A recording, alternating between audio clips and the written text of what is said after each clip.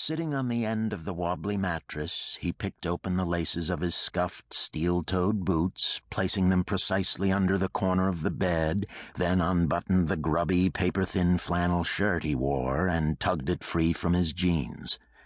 He pushed the garment into the dresser drawer that he used in lieu of a dirty clothes hamper, unconsciously adjusting the ill-fitting drawer so it lay precisely flush to the frame, then scratched his grease-rimed fingernails through his scalp, loosing hair matted by the day's headgear of knit cap and helmet, before stretching hard in an attempt to rid his body of the day's tiredness. The attempt was not a success. He walked out of the bedroom limping slightly, dressed in stocking feet, jeans, and the spotless army green t-shirt he had worn beneath the plaid flannel.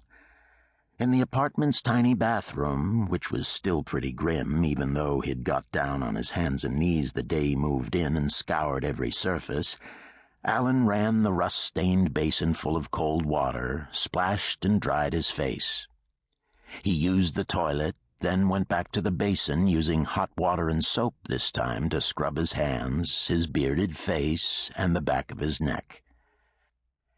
He'd rather have taken a shower to rid himself of the indescribably oily feeling of his day, but he knew he'd really need one later, and he couldn't permit himself to have 2 showers in one evening. A little compulsiveness was okay, but let's not let it get out of hand. So he washed his face and hands, and when every inch of exposed skin was clean and glowing, he arranged the thin damp towel foursquare on the peeling chrome of the bar and switched off the light. At no point had he looked into the dim mirror over the basin. In the kitchen again, Alan frowned at the contents of the refrigerator, glanced over the meager supply of pasta and canned goods in the cupboard, and in the end fried up a pair of thick ham and provolone sandwiches with tomatoes and onions on week-old bread. He carried his plate with the remains of the beer into the cramped living room and propped his feet up on the massive pseudo-wood table in front of the musty sofa, allowing the greasy food and the mindless television to carry him through to the half-hour break. With a sigh and another beer, he then sat down to his work. In the arc of experience that had brought him from a scorching runway in Saigon to this fetid apartment among the winos, Alan had picked up a number of skills. Primary among them, then and now, was the ability to disengage. Going through the pockets of a long-dead enemy soldier, dropping down to check a bunker they'd thought was empty but which a fragmentation grenade had proved was not, watching a brutal interrogation, loading a Veal's weeping inhabitants into a Chinook like cattle, you had to stand aside mentally and let your hands and eyes do their job. Like a flak jacket on the emotions, disassociation made it possible to carry on even if you were hit. Now it made it possible for Alan to watch his illicit videos of blonde, curly-headed 6-year-old Amberlynn Mackenzie with the least possible involvement of the mind.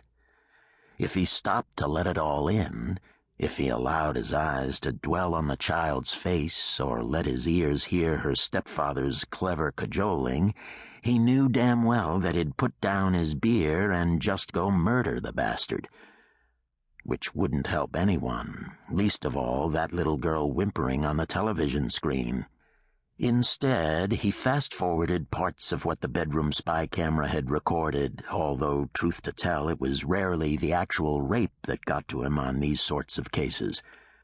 No, the part he found truly unbearable was, he'd long ago decided, the very same part that the pedophile loved the most: the seduction.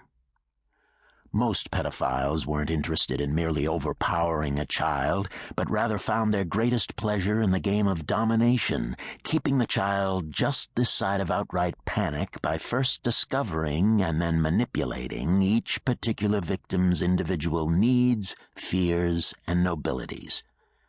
The subtle interplay of threat and cajoling, pressure and affection, always hit Alan the hardest.